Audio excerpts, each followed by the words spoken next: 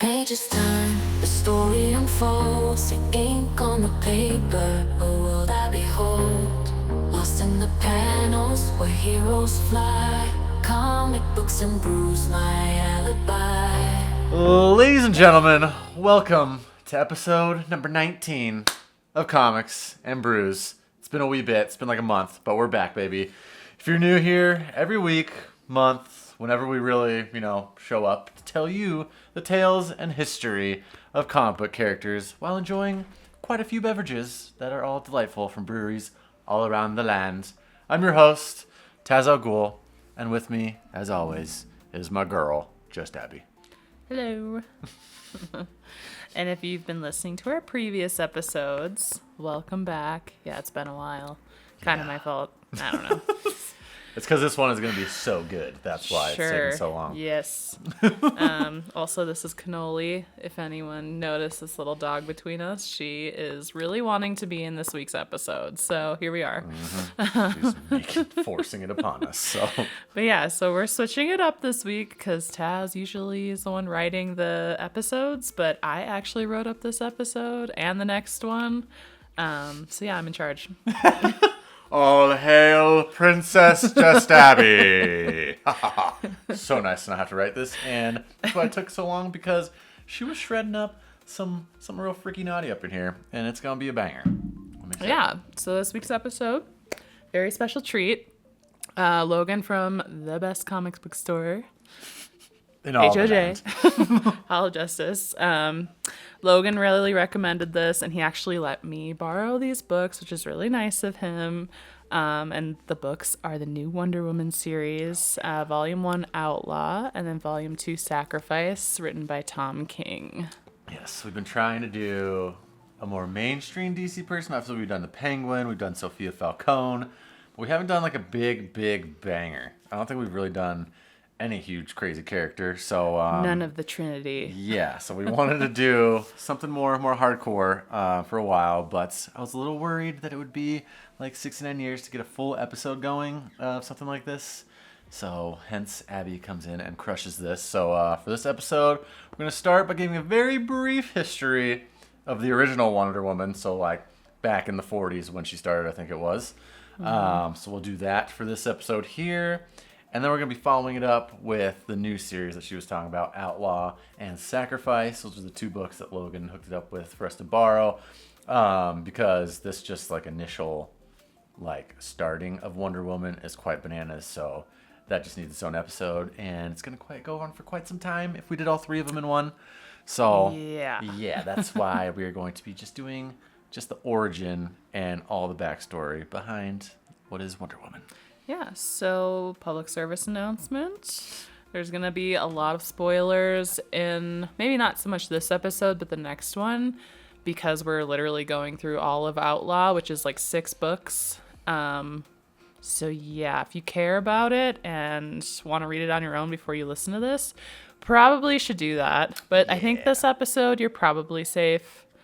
Yeah, but I think Tom King did a really good job with this new series. This history is about to get wild, though. So she read all the books. I started Outlaw. So maybe by the time, I've read the first few pages. It's actually really sick. I've never read any Wonder Woman books. I've like read stories she's in, like Dark Knight's Metal, and obviously she's in like Justice League and stuff. But never just a straight Wonder Woman book. But yeah, starting out Outlaw, it was actually pretty sick for the one book I read. So I'm pumped to dive into that. But before we get started with all this shenanigans and what will be a wild, insane Wonder Woman origin story, we got to tell everyone about our glorious beers. Canola, you want to tell them? She's ready. She's like, what's my beer? Give me one. So I'm drinking a smoothie. I think this is a strawberry colada. Dang it, I left the can over there. Shoot! Canola, what do you have to say about that? Oh. Crickets. Nothing. Oh, Cannoli, are you getting out of here? You getting out of here? Bye. Okay, see you, Cannoli. Our third. Look what happens. Cannoli fires it up. But yeah, smoothie strawberry colada. Not sure if that'll focus in there, but it is a heavily fruited smoothie sour ale with strawberry, pineapple, and coconut. And yes, it tastes exactly like a smooge. smoothie, and it is quite supreme. From Imprint Beer Co. is the brewery. Where is that from? Let me tell you where that's from. That's not where Hatfield, it's... Pennsylvania. Oh, yep, Hatfield, Pennsylvania. Ha! I can't read. Wow, you're really busy. She's traveling. I am drinking a hazy, and mine is called Stuff. Really, Loki? Loki, knock it off! Oh, I'm gonna go smack her. Okay, and we're back. All right. Yeah. Loki's just trying to ruin the episode, and Cannoli's trying to be a co-host. Our dogs are tyrants. But anyway, I'm drinking a hazy double IPA. It's called Stuck Off the Realness. It's by New Image Brewing, which is out of Wheat Ridge, Colorado. Of course, another Colorado 8%. Okay. I haven't been drinking a lot lately, so this is going to get fun. She's gonna feel But yeah, it. it's pretty good. I like it. Wow. See, the Wonder Woman is just going to get better and better as we sip these bad boys down. But with that, we shall begin the glorious drunk history of one of the most iconic and kick-ass ladies in the DC world, Wonder Woman. Woohoo! Yeah! All right, so as many people are aware, Wonder Woman is known to be one of the most iconic female superheroes of all time and has made huge waves in pop culture while supporting women's rights on a worldwide scale. Whether you read comic books or not, unless you live under a rock, it's pretty rare to find someone who hasn't heard of her. It's literally impossible. I don't know what human It'd on be Earth... crazy. Yeah, not every human on Earth. That is crazy to think about. Every human probably knows who Wonder Woman is. I guess it's probably the same for Superman and Batman. Batman, all Just the big ones. Straight yeah. iconic, wild. Dude, Loki is going nuts. She's just really trying to ruin those episodes here. I'm gonna go put her in prison real fast. Oh. Oh my. Here, come here. Come over here. At least okay, just sit. now we have Loki. Okay. Now we have Loki in this Alright, episode. yes, we're back. We have another co-host now. Loki is trying to get it on some DC. Sorry, girl.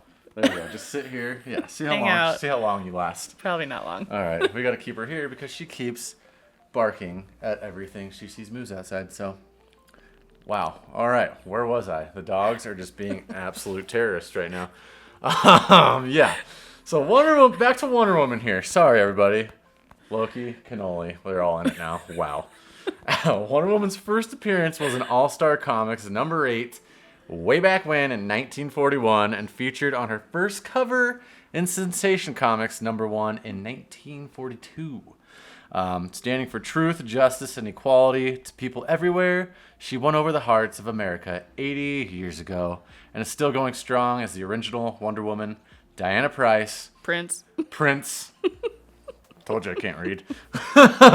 Who is set to pass the torch to another in the series that's introduced by Tom King. Wow, Wonder Woman is just... So before traveling into the beginning of the new era of Wonder Woman, I wanted to briefly go over the origin, because it is nuts, of how Wonder Woman came to be. Wild story. Yeah, just a starts little bit. with... This is my favorite part. Yeah, so Wonder Woman's character was created by a psychologist. His name was Dr. William Moulton Marston, which was the original creator of this icon and had been sought after by Maxwell Charles Gaines, who's basically the inventor of comic books. Wow. So after comics were receiving criticism for being too violent and distasteful, Wonder Woman came into the picture because she lightened up the scene a bit, got maybe some more children kind of reading into it. Huh. She's not as crazy, like violent, standing for, trust, peace, love. It's not but just yeah. murder and stuff and but fighting. little do we know, Dr. Marston had quite the life, and he drew from many inspirations. This is my favorite part of Wonder Woman. First of all, I didn't know that she was created by a psychologist, so that's pretty crazy. Yeah. And then what we're about to tell you is even more nuts. For one, he kind of had 2 wives. So maybe in Utah it's a little normal, but in the Anywhere everyday else, world, maybe not so much. it's not even legal. He was legally married to a lawyer named Elizabeth Holloway, but fell in love with another woman named Olive Byrne, who had been a student of his when he was a psychology professor. So, Mr. Psychologist just ripping 2 wives up in here, and it gets even crazier. Yeah, so he gave his wife the ultimatum that if she did not let Ms. Byrne live with them, that he would leave her. As Loki might leave us right now. Do you want to? No, she's good. Never mind. It's just in my spine right now. What an episode. So basically, they all just lied to everyone and said that Miss Byrne was like his widowed sister-in-law, and he ended up having children with her, and they all just went on living with this lie, and they were okay with it. Like everybody was okay with it. Like what? So it was just the 3 of them that knew, right? Like, yeah. And they just lived happily ever after Yeah. as a threesome, Basically, and yeah. he popped children in both of them. Yeah, I believe so. Oh my. Okay. Yep. See, it continues. It continues. Just wait. There's more. The true inspiration for creating Wonder Woman was also kept secret, as Miss Byrne was the niece of Margaret Sanger, one of the most important women suffragists in the 20th century, who opened the first birth control clinic in the U.S. in 1916. So obviously we've got a crazy heavy feminist influence all up in this bitch. Yeah. All up in here. Which, Yeah. I mean, makes sense. I guess Wonder Woman, I mean, you can totally get that, but it's like hardcore parkour. Yeah, so during the 40s when Wonder Woman was getting written, there was a lot of criticism over the comic promoting sadism, actually, with pictures and obsession with Wonder Woman being chained up and like tied with ropes and stuff, which I don't know, maybe it was his own fantasy, but some of it kind of comes down to it being a symbol for like women's suffrage and for feminism and for the birth control movements at the time, because people were anti-birth control when it was first coming out, obviously. It still is, but yeah, it was like really bad at the time, obviously. So, yeah. Oh my gosh. And I don't know, like, I wonder who they were trying to target with this book. I don't think it was men, but was it men? It just sounded like they were trying to make comic books not so scary for like a broader audience, and they wanted it to be more welcoming, so they wanted a female presence. More for kids then? Like, I don't know. I I think that's why it got criticism though, because it did have like her chained up and stuff. Yeah, she's just locked up. Yeah. And, oh man. Yeah. So who knows? Psychologists must know. So, but because Dr. Marston didn't want to expose his relationship with Miss Byrne and her connections, he brought that secret to his grave. Never told a soul. Yeah, didn't tell a single soul that she was related to one of the biggest women suffragists of all time. Like, what? What?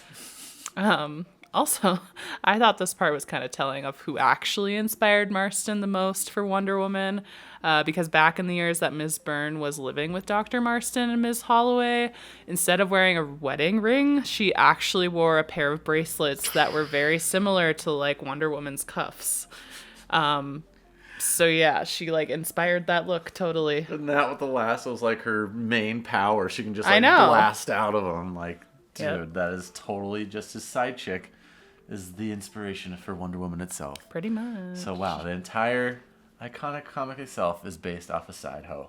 That is bananas. she really was an unsung hero to Wonder Woman's origin. For instance, after Elizabeth Holloway's passed in 1993, her obituary in the New York Times was headlined with Elizabeth H. Marston, inspiration for Wonder Woman 100. I don't think so, because she didn't have no pa-ching. So, sorry about it. Main chick did not. And I didn't write this, but from what I understood, like, Ms. Holloway and Ms. Byrne were like, I don't know if they were like... homies? Like... co-mingling? Or if they were... Or they were like... Or they were like... sisters? I don't know. But either that or they were like very, very, very close, because they were with each other up until both of their ends. Like, I believe Did he die first? She died after Miss Byrne. I think Miss Byrne got like sick somehow. And it said like in this, by the way, I'm getting all this information from I think like Smithsonian's or something like that. Wow. So it's like legit information. Real drunk history right here. This is legit. But yeah, from what it said, it was like, I think Ms. Byrne got sick and she went in the hospital, and it like described Ms. Holloway like singing to her, and like they really loved each other. They lived with each other the entire time after Dr. Marston passed away. Like Yeah, they were like a true So family. They just continued the relationship even when he was gone. But I don't know. Again, I'm like, maybe it was just a friendship. Maybe it was something more. Either way, they loved each other. So, yeah.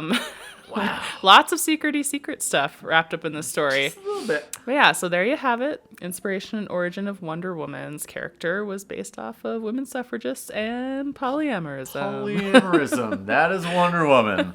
Wow, that's the line for this entire episode. Wonder Woman, defined by women suffragists and polyamorism. Thank you. Come again. Who would have thought? I never in a million years would have ever known this. Thank you, Just Abby. But anyways, moving on to the comic book itself. As many may know, Wonder Woman, or Diana Prince, was raised on the hidden island of Themyscira, aka Paradise Island, and was sculpted from clay by her mother, Queen Hippolyta. And I also have drank half of this beer already, so that's Oh, yours. wow. Okay, I'm almost to the she's halfway just point. So babysitting over there, so. sorry about it. Yeah, it's all good. But yeah, she assumed the life of an Amazon with superhuman powers gifted by the Greek gods and has a plethora of magical items, including the Lasso of Truth, a tiara that doubles as a projectile, and indestructible bracelets. Let's see the bracelets, man. Indestructible, digging through the rubble. Over the 80 years of Wonder Woman, she encountered many villains such as Circe, Dr. Psycho, Silver Swan, Giganta, I know her, and Cheetah, whom all make reappearances, of course, in the Tom King series. So all of them are going to be an outlaw that we're going to talk about, and it's going to be Banana Lands. And over her 80 years, she experienced a love to last many lifetimes with Steve Trevor, an Air Force intelligence officer Steve. Oh, Steve.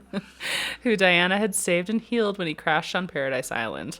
He was kind of like her damsel in distress after she followed him to Earth to then become Wonder Woman and would constantly have to get him out of trouble for Wow. years and years. So they like flip-flopped the damsel and Wonder Woman. Yeah. She's the big strong, and he's the little, save I mean, he's still like an Air Force intelligence officer, but yeah, he seems to get Yeah. himself into a lot of mischief. Yep. So, yeah, many years of fighting bad guys and trying to save humanity, handling it like a boss and looking good while doing it, just a missile. And with that, we can finally get into what we're going to in the next episode here is going to be Wonder Woman Volume 1, Outlaw. Which will be a separate podcast coming up, so we might be wearing the same clothes. Sorry about it. We're recording it back to back, so we can keep it fresh, baby. So it just gets, we don't want to do like a 9-hour long It'll be episode. like way too long. Like this one might be a shorter one, which is probably good anyway. It's short, but got some great Yeah. little tidbits. I mean, all the secret craziness that goes on to actually create this character itself is bananas. And it comes back into like Outlaw, like there's certain things that we'll get into that do tie to her history. It's crazy. So See, that's yeah. what makes this so interesting. Like, I have Yeah. never read a Wonder Woman book, but now this makes me want to because this is bananas. Like, what?